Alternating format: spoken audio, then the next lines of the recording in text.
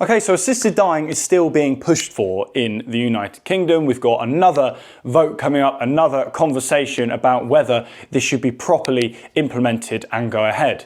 In my opinion, and I think in a lot of people's opinions it seems, assisted dying isn't a good idea. There has been no disability organisation or charity who has come out for assisted dying, and certainly there have been a lot that have come out against assisted dying. It's very important that the nuances are understood. When you think about it, for someone to take their life is a massive deal, but you think that it requires a lot of thought in a calm, rational sense. Not when you're at the end of your life, or potentially not at the end of your life, but you are coerced or pushed in the direction of taking your own life. Isn't it interesting how times change? Back in 2020, it was all about how we need to protect grandma, and we need to lock down the country and at all costs stop elderly people from dying. But now it seems assisted dying is a great idea, and furthermore, we don't even need to keep granny's home warm because that's no longer important. We're now neglecting old people, neglecting vulnerable people. And yet 5 years ago, we were at the other extreme.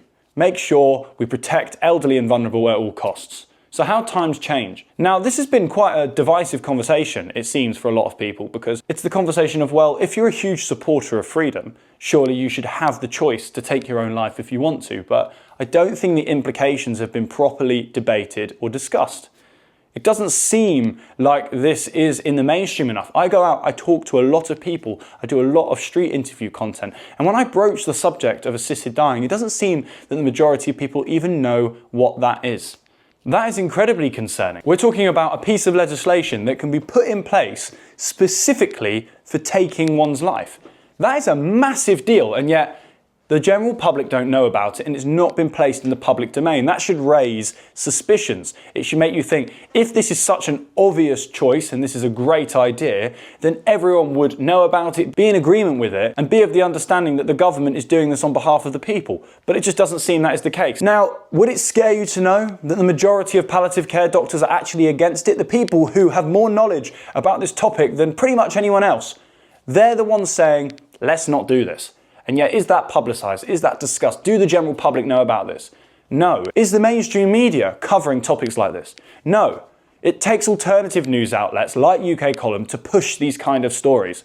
So it's vital that we support alternative journalism as well, because it seems that the media machine is not willing to discuss both sides of the story fairly. If basic safeguards have been voted down in the committee stages of this bill, does that not raise alarm bells? Is that not concerning for people to hear about? And yet once again, this isn't properly promoted. The government is pushing something through under the guise of freedom of choice, whilst actually taking life and not having a proper open discussion with the public. This is supposed to be a party more geared in the direction of the general public, of the working man, of the man on the street, and yet it seems that they are attacking the working man, the man on the street, the elderly, the vulnerable, those with disabilities. It's insane, and yet another push in the direction of attacking our freedoms and our civil liberties. If you look at all the other places that have pushed through, you could say, assisted suicide, they have expanded on that legislation, and it has not necessarily been positive for the country. And those grey areas that aren't discussed are capitalised on in a negative way. And there are so many discussions and conversations and whistleblowers and individuals who have come out and said, I lost someone because of this ill thought out process. But it gets even worse. In the UK, we're looking at assisted dying just in terms of being vulnerable, in terms of maybe you're incredibly ill, which can have its complications. But how can that be expanded? Well, I'll give you a perfect example. In Canada, they're looking to expand it to those who are depressed. How insane is that? So my point is really fundamental. You start off saying one thing, and then very gradually that gets expanded, abused, and forced and funneled in a direction which is incredibly harmful and takes life from this world, which I think a lot of people agree is not a good idea and doesn't necessarily benefit good, ordinary people, vulnerable people who are still putting an element of trust in the direction of the government, and they are taking that trust, abusing it, and then deciding to push through ill thought out, undebated legislation. This is coercing the most vulnerable. This is taking away choice, and this is a dangerous direction for our country to head into.